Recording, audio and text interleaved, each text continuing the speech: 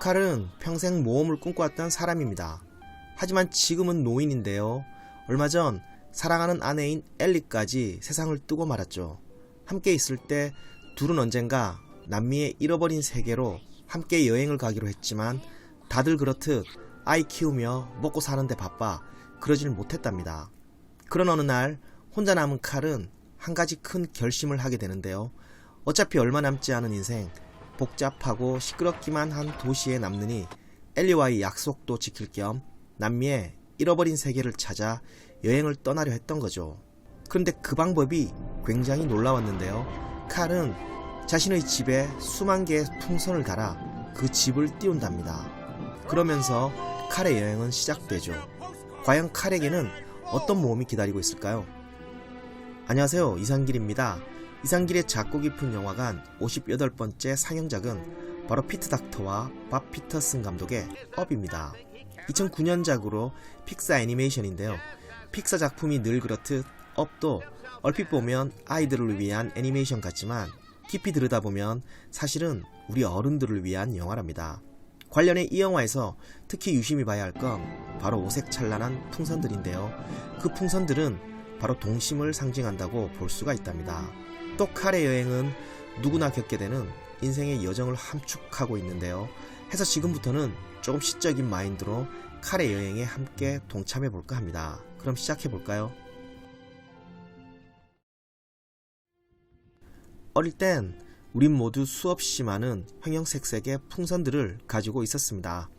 동심으로 가득 찬 그땐 누구나 칼처럼 그 풍선들을 달고 하늘을 날아다녔죠.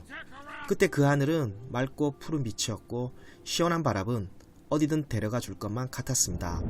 하지만 먹구름을 만나면서부터 모든 게 달라지기 시작하는데요. 천둥번개와 함께 거센 비바람이 몰아치면서 크게 흔들리기 시작하죠. 물론 나를 지탱해주던 풍선들도 그렇게 하나둘씩 터져 사라지게 되고 무게를 이겨내지 못한 풍선들은 결국 땅으로 추락하고 맙니다. 그렇게 동심은 사라져가죠. 그즈음 이젠 그 수많은 풍선들이 오히려 부담스러워지기 시작하는데요.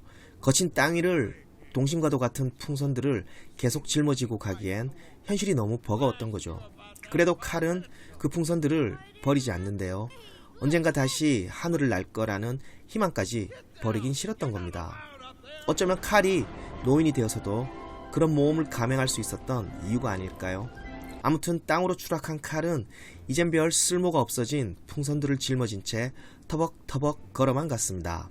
어른이 되면 먹고 살기 위해 다람쥐 쳇바퀴 도는 일상에 치이듯이 말이죠. 그 와중에 친구들도 만나게 되는데요. 하지만 그들 역시 자신과 비슷한 처지였답니다. 자유롭지 못했던 거죠. 그 무렵 칼은 문득 이런 생각을 하게 됩니다.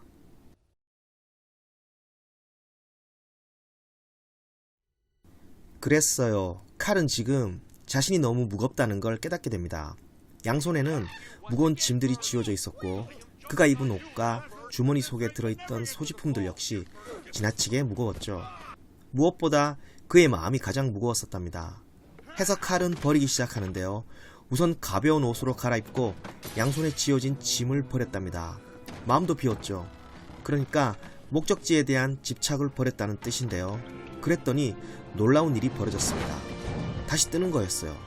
그에겐 다시 하늘을 날 수 있을 만큼의 풍선이 아직 남아 있었던 거죠. 하지만 모든 이들이 자신처럼 다시 뜰 수 있는 건 아니었는데요.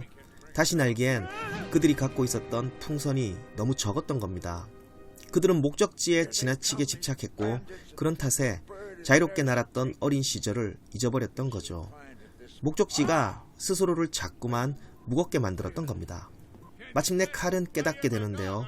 인생을 긴 여정이라고 말하지만 이제와 생각해보니 여행의 목적지는 그다지 중요하지 않았다는 걸, 여행자에게 있어 여행 자체보다 더 중요한 목적은 없다는 걸 깨닫게 됐던 거죠.